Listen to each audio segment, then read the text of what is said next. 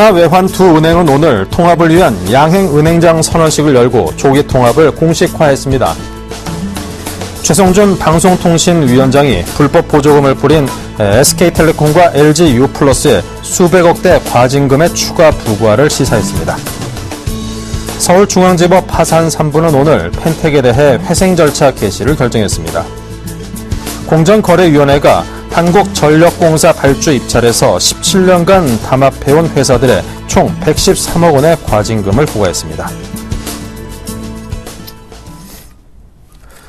시청자 여러분 안녕하십니까. 생경제 현장의 임동석입니다. 오늘 코스피 지수 외국인의 순매수 덕에 힘입어서 2070선을 회복을 했습니다. 자, 오늘장 마감 소식 정리하겠습니다. 증권부의 박준석 기자 기다리고 있습니다. 안녕하십니까. 안녕하십니까. 네, 오늘 시황부터 설명해 주십시오. 네. 코스피 지수가 외국인의 순매수에 힘입어 2070선을 회복했습니다.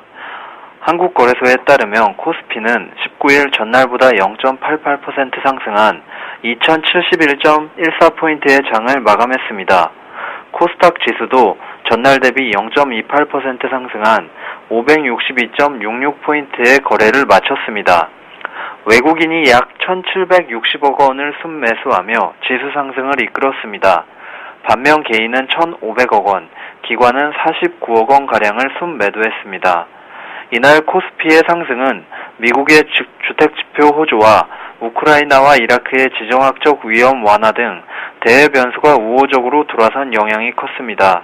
이경민 대신증권연구원은 대외 불확실성 완화로 외국인의 대량 순매수와 함께 기관의 매도 압력도 완화됐기 때문에 앞으로 코스피가 추가로 상승할 가능성이 높다고 설명했습니다. 대부분의 업종이 강세를 보였습니다. 특히 통신, 건설, 전기가스, 철강금속, 운수창고 등이 크게 올랐습니다. 시가총액 상위 종목 중에서는 SK텔레콤이 3% 이상 강세를 보였습니다. 정부 정책에 대한 기대감이 되살아나면서 신한지주, KB금융 등 은행주들도 상승했습니다. 또 대외 불확실성이 줄어들면서 현대차, 기아차, 현대모비스 등 자동차주 3인방도 살아나는 모습을 보였습니다. 네, 그리고 중국 최대 전자상거래 업체죠. 알리바바가 우리 국내 진출 본격화하면서 관련주들이 하락했군요. 네, 중국 최대 전자상거래 업체인 알리바바가 국내에서 전자결제 사업을 확대한다는 소식에 전자결제 대행 관련주들이 직격탄을 맞았습니다. 카카오톡의 모바일 결제 시장 진출에 이어 중국 거대 기업까지 국내 공략 채비를 갖추면서 시장 잠식 우려가 커졌기 때문이란 분석이 나오고 있습니다. 19일 코스닥 시장에서 한국사이버결제, KG이니시스, 다날, KG모빌리언스 등 전자결제주 4인방이 나란히 하락 마감했습니다. 마윈 알리바바 회장은 전날 박근혜 대통령과 최경환 경제부총리 겸 기획재정부 장관 등을 만나 한국무역협회에서 운영 중인 온라인 쇼핑몰에 등록된 상품이 자동으로 알리바바 쇼핑몰에서도 판매될 수 있도록 협력하겠다고 밝혔습니다. 관련 업계는 이를 알리바바가 한국 진출을 본격화하겠다는 뜻으로 해석하고 있습니다. 만약 알리바바가 국내에 상륙하면 결제 서비스를 제공하는 알리페이도 덩달아 몸집이 커질 수밖에 없습니다. 알리페이는 현재 중국인들이 알리바바를 통해 한국에서 물건을 살 때 자사의 간편 결제 서비스를 이용하도록 하는 사업을 추진하고 있습니다. 시장 전문가들은 카카오톡의 모바일 결제 시장 진출로 PG 시장 경쟁이 더욱 치열해진 가운데 알리페이까지 국내 진출을 노리면서 전자결제 대행 관련주들이 타격을 받을 것으로 내다봤습니다. 네, 지금까지 박준석 기자와 함께했습니다. 감사합니다. 감사합니다.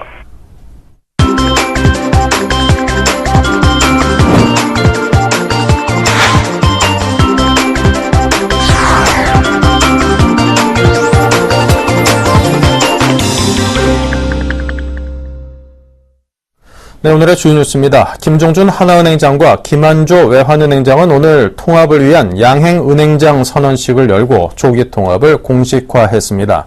두 은행은 이사회를 열어 통합을 결의하고 통합 계약서를 승인하는 등 공식적인 합병 절차에 돌입할 예정입니다.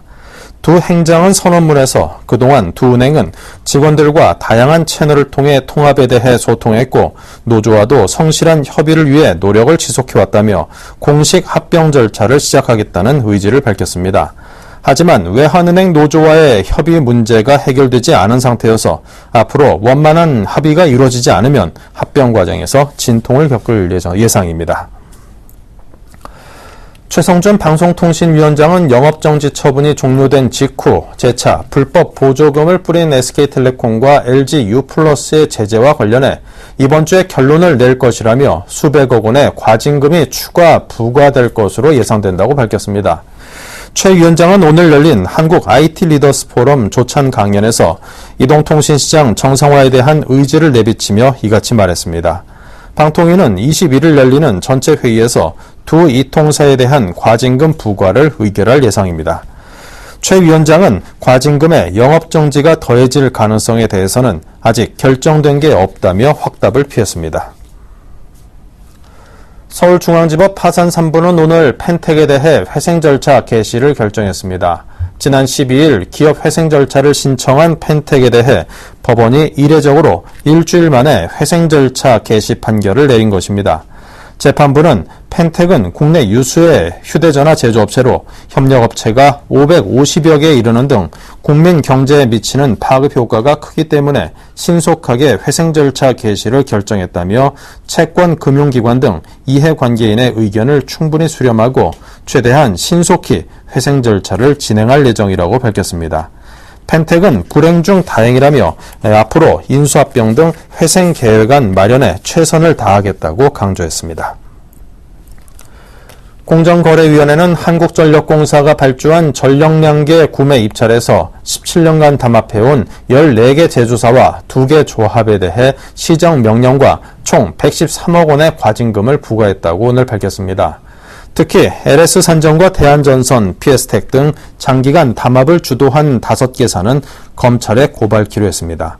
공정위에 따르면 해당 업체들은 1993년부터 2010년까지 17년간 한전이 매년 발주하는 기계식 전력량계 구매 입찰에 참여하면서 가격 경쟁을 피하고자 사전에 물량을 배분하고 투찰 가격을 합의해온 것으로 밝혀졌습니다.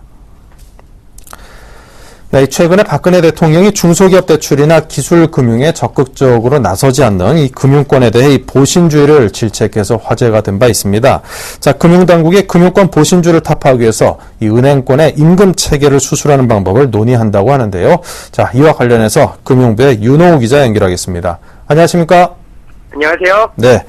자, 이 최근에 금융권 보신주의라는 말이 화제가 된 바 있는데, 자, 이 보신주의가 뜻하는 의미가 무엇인지 또 정부에서는 이에 대해서 어떤 대책을 세우고 있는지 설명 주십시오.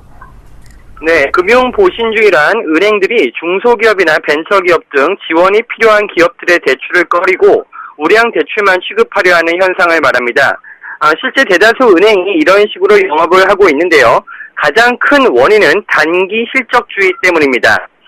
보통 연 단위로 실적이 나오고 이에 맞춰 성과급 등이 지급되다 보니 은행권은 중장기 성장에 도움이 되는 대출은 홀대하고 단기적으로 우량한 대출만 취급하려는 경향이 강합니다. 최근에 박근혜 대통령이 금융권 보신주의를 질책하면서 금융당국이 보신주의 개선책 마련에 착수했는데요. 개선책의 일환으로 일반 은행원들에게도 스톡 그랜트 형태의 장기 성과급을 주는 방안을 거론하고 있습니다. 네, 이 스톡 그랜트는 결국 주식을 준다는 것인데 이것이 보신주의를 개선하는 데 도움이 되는 걸까요? 네, 통상 스톡 그랜트는 주식을 지급하되 일정 기간 동안은 처분을 못하게 하고 장기간의 성과에 연동해서 지급하기 때문에 보다 중장기적인 경영 성과를 유도할 수 있는 것으로 평가가 됩니다. 이 제도가 실제로 정착되면 금융권 임금 체계에는 상당한 변화가 있을 것으로 보입니다. 정부는 이미 금융회사 임원진들을 대상으로는 이 같은 임금 체계를 권고하고 있는데요. 보다 중장기적인 은행의 성과를 보고 일하게 하는 환경을 만들기 위해서입니다. 일반 직원들에게도 이 같은 제도가 도입이 되면 은행권의 단기 실적주의가 어느 정도 개선될 것이라는 기대가 있습니다. 현재 시중은행 가운데서는 신한은행 정도만 성과급의 일부를 주식으로 받고 이를 4에서 6년 후에 매도할 수 있는 그런 체계를 만들어 놓았습니다. 네. 자, 그렇다면 이런 방침에 대해서 은행들이 어떤 반응을 보이고 있는지 궁금하고요. 또 다른 보신주의 개선책, 정부에서는 마련하는 게 있을까요?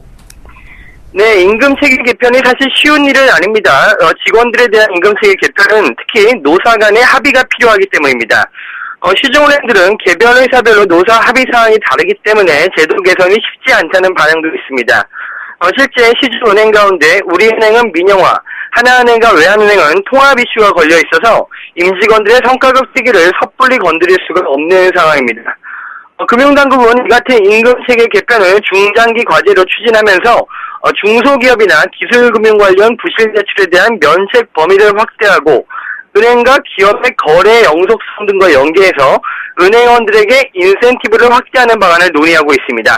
인사고가 등 은행원 평가 체계도 손질될 것으로 보입니다. 네, 잘 들었습니다. 지금까지 금융부의 윤홍우 기자였습니다. 감사합니다. 감사합니다.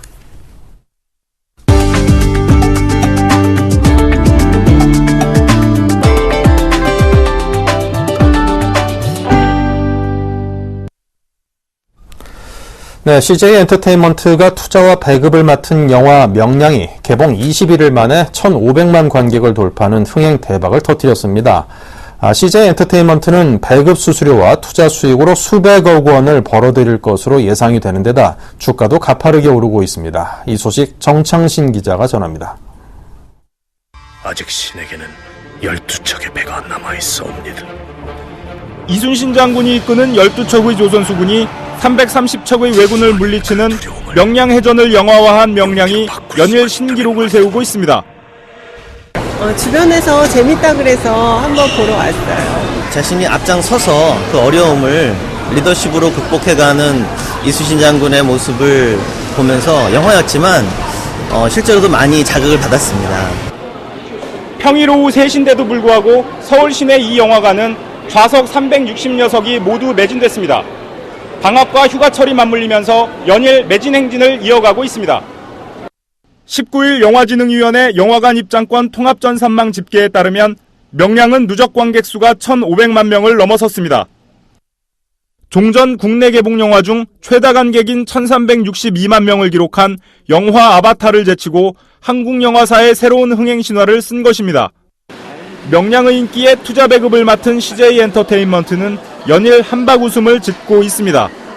배급 수수료와 투자 수익, 해외 판권 판매 등을 통한 추가 수익까지 수백억 원의 이익이 예상되는 것은 물론 주가까지 들썩이고 있기 때문입니다. 우선 CJ 엔터테인먼트는 관객 1,500만 명을 기준으로 배급 수수료와 투자 수익을 합쳐 지금까지 320억 원의 수익을 올린 것으로 추산됩니다. 영화 관련 계열사의 주가도 상승 곡선을 그리고 있습니다. 명량 개봉 전인 지난달 29일 4750원이었던 CJ E&M 주가는 18일 45,500원으로 약 12% 상승했습니다. 개봉 전 44,800원이었던 CJ CGV 주가도 48,800원으로 약 9% 올랐습니다. 이와 함께 명량의 돌풍으로 CJ그룹이 새롭게 부각되면서 그룹 이미지 개선이라는 무형의 수익까지 얻고 있습니다. 명량의 인기를 끌면서 극장 매출만 1,200억 정도의 효과가 있을 것으로 보입니다. 여기에 추가적으로 인터넷 판권이라든지 해외 판권 그리고 케이블까지 합치면 1,500억 정도의 추가적인 수익 발생할 것으로 예상합니다. 명량의 흥행 돌풍이 한국 영화 시장은 물론 회장 경영 공백으로 침체기를 겪고 있는 CJ그룹에 활력을 불어넣고 있습니다. 서울경제TV 정창신입니다. 온라인 쇼핑을 하실 때 신용카드나 휴대전화로 결제들 많이 하시죠? 이런 모바일 결제를 이용하려면 전자결제 시스템 업체를 통해야 합니다. 최근에 스마트폰 이용이 늘고 관련 규제도 완화되면서 결제 대행 업체 시장도 급변하고 있다고 하는데요. 한지 기자가 취재했습니다. 미국 온라인 결제 업체 페이팔입니다. 미국 전자결제 시장 점유율 48%로 클릭 한 번이면 되는 결제 간편함이 인기 비결입니다. 하지만 국내에서는 온라인 쇼핑 시 액티브엑스나 공인인증서로 인해 외국인들은 결제를 할 수 없었고 소비자들의 불만이 이어지자 정부는 공인인증서 의무화 폐지를 선언했습니다. 이런 가운데 지난 13일 LGU 플러스가 공인인증서 없이 결제 가능한 서비스 페이나우 플러스를 발표하며 간편한 모바일 결제 서비스 시장의 개막을 알렸습니다. 페이나우 플러스는 한 번만 결제 정보를 등록하면 액티브엑스나 공인인증서 없이 3초 만에 원하는 제품의 구매 결제를 끝낼 수 있습니다. 특히 보안에 취약했던 기존 국내 금융결제 해킹에 대응하기 위해 개인정보 입력 시 가상의 카드 번호가 생성되는 시스템을 갖춰 정보 유출 걱정을 덜었습니다. 실제로 사용해보니까 서점에 가지 않고도 바로 결제할 수 있어서 굉장히 편했고요. 안전하고 빠르게 사용할 수 있어서 앞으로도 계속 사용할 수 있을 것 같습니다. 전자지급 결제 규모는 거래 금액 기준으로 지난해 47조 원을 넘었을 정도로 규모가 매년 커지고 있습니다. 특히 모바일을 통한 결제 규모는 지난해 2분기 1조 3,480억 원에서 올 2분기 3조 1,930억 원으로 2조 원 이상 늘었습니다. 전자결제 서비스는 최초에는 PC 베이스에서 움직이다가 점차적으로 발전해서 이제는 모바일이 주류가 되고 있습니다. 그런데 현재 시장 팽창 속도가 굉장히 빠릅니다. 이에 따라 모바일 전자결제 시장을 선점하기 위한 국내외 시스템 업체의 신규 진출과 주도권 경쟁이 예고되고 있습니다. LGU 플러스와 함께 국내 전자결제 시장을 3분하고 있는 한국사이버결제와 KG 이니시스도 모바일 결제 시스템 강화에 나섰고 외국 업체 페이팔과 알리페이 등은 국내 시장 진출을 준비 중입니다. 여기에 수천만 명의 이용자를 자랑하는 카카오와 네이버 밴드도 모바일 전자결제 시장 진출을 발표했습니다. 갈수록 편리해지는 모바일 결제 시스템이 전자결제 시장의 판도를 바꿀 것이라는 전망입니다. 서울경제TV 한지입니다. 정부 부처끼리 서로 다른 결과를 내놓아 연비 과장 논란이 있던 산타페에 대해서 현대자동차가 지난 12일 자발적 보상에 나섰습니다. 국내 최초로 이루어지는 연비 보상인데요. 보상 금액이 적다며 소비자들은 단체 소송을 강행할 입장입니다. 보상을 거부한 다른 완성차 업체들은 사태 추이를 살펴보며 고민이 더욱 깊어지는 모습입니다. 정훈규 기자입니다. 현대자동차는 국토교통부로부터 연비 부적합 판정을 받은 2000cc급 산타페 2륜구동 모델 구매자에 대해 보상 방침을 밝혔습니다. 자발적 보상을 거부해오던 현대차가 2달 만에 전격적으로 방향을 바꾼 것입니다. 자동차 리콜 권한을 갖고 있는 국토부와 대립각을 세워서 득될 것이 없다는 판단 때문으로 해석됩니다. 현대차 산타페의 연비는 국토부가 리터당 13.2km라고 판정한 데 반해 산업부는 현대차의 공인연비 리터당 14.4km를 적합하다고 결론 내렸습니다. 연비는 측정 설비 및 방식에 따라 편차가 발생할 수 있으므로 회사는 현행 법체계상 정부의 조사 결과들을 존중할 수밖에 없는 입장입니다. 현대차의 자발적 보상 방침에도 소비자 집단소송 규모는 오히려 커지는 등 연비과장 논란이 더 거세지고 있습니다. 소송을 맡은 법무법인 예율에 따르면 지난달 1차 소장 접수 인원은 1,800명이었지만 현대차가 자발적 보상을 발표한 이번 달 집계 인원은 4,500명으로 크게 늘었습니다. 현대차는 국내 연간 평균 주행거리를 기준으로 5년간의 유류비 차이, 위로금 등을 고려해 고객당 40만 원의 보상금을 산정했습니다. 하지만 소비자들의 소송 청구 금액은 150만 원으로 큰 격차를 보이고 있습니다. 현대차와 같이 국토부로부터 코란도 스포츠에 대해 연비 부적합 판정을 받은 쌍용차의 고민도 커지고 있습니다. 쌍용차는 산업통상자원부의 적합 판정을 내세워 보상 계획이 없다는 입장이지만 현대차가 보상을 결정하면서 고객들의 보상 요구를 무시할 수 없게 됐습니다. 수입차 업계도 걱정이 확산되고 있습니다. BMW와 폭스바겐 코리아 등 수입차들은 지난 6월 국토부 연비조사에서는 적합 판정을 받았지만 산업부로부터는 일부 차종에 대해 연비 부적합 판정을 받았습니다. 수입차 업체들은 정부 당국의 연비 검증 방식을 신뢰하지 못하겠다면서 보상을 검토하지 않고 있다는 입장이지만 소비자들의 보상 요구가 잇따를 전망입니다. 정부 부처들이 같은 사안에 대해 엇박자를 내면서 자동차 업계 혼란과 소비자 불만을 키우고 있다는 지적입니다. 서울경제TV 정훈규입니다.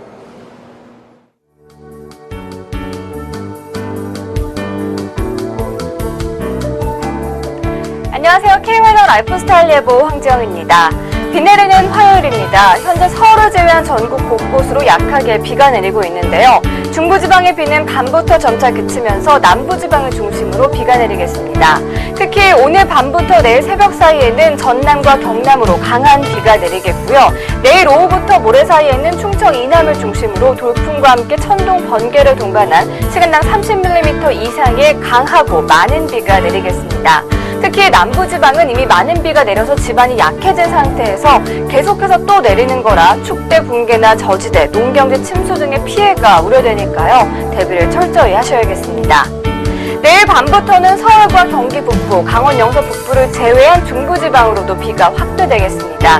때문에 이 지역과 남부지역 목요일까지 50에서 100mm, 해안과 산간 등 많은 곳은 최고 200mm 이상의 폭우가 예상되고요. 서울과 경기 북부, 강원 영서는 목요일부터 다시 비가 시작되면서 목요일 동안 10에서 60mm의 비가 내릴 것으로 전망됩니다. 내일 기압골은 남서쪽에서 점차 다가오면서 남부지방을 중심으로 영향을 주겠습니다. 자세한 지역별 날씨는 낮을 예보로 알아보겠습니다. 내일 서울과 경기 북부, 강원 영서 북부는 종일 흐리겠고 그 밖에 중부는 밤부터 비가 내리겠습니다. 때문에 낮 기온 서울, 춘천, 대전 27도로 오늘보다 오르겠고요. 남부지방은 종일 비가 이어지는 가운데 광주, 전주 27도, 대구, 부산, 제주 26도까지 오르겠습니다. 동해안 흐린 하늘을 보이다 밤부터 다시 비가 시작되겠고요. 속초 19도에서 25도, 울진 20도에서 24도 분포로 종일 선선하겠습니다. 내일 전해상에서 비가 내리겠고요. 남해상으로 물결이 다소 높게 있는 가운데 돌풍과 함께 천둥, 번개가 치는 곳도 있겠습니다. 금요일까지 길게 비가 이어질 것으로 보이니까요. 특히 산간 계곡이나 강가에서 야영하시는 피서객들은 각별히 주의가 필요하겠습니다. 주말 동안은 구름만 지나가다가 다음 주 월요일 또다시 전국에 비가 내리겠습니다. 기상정보였습니다. 네, 이상으로 생경제 현장을 마칩니다. 감사합니다.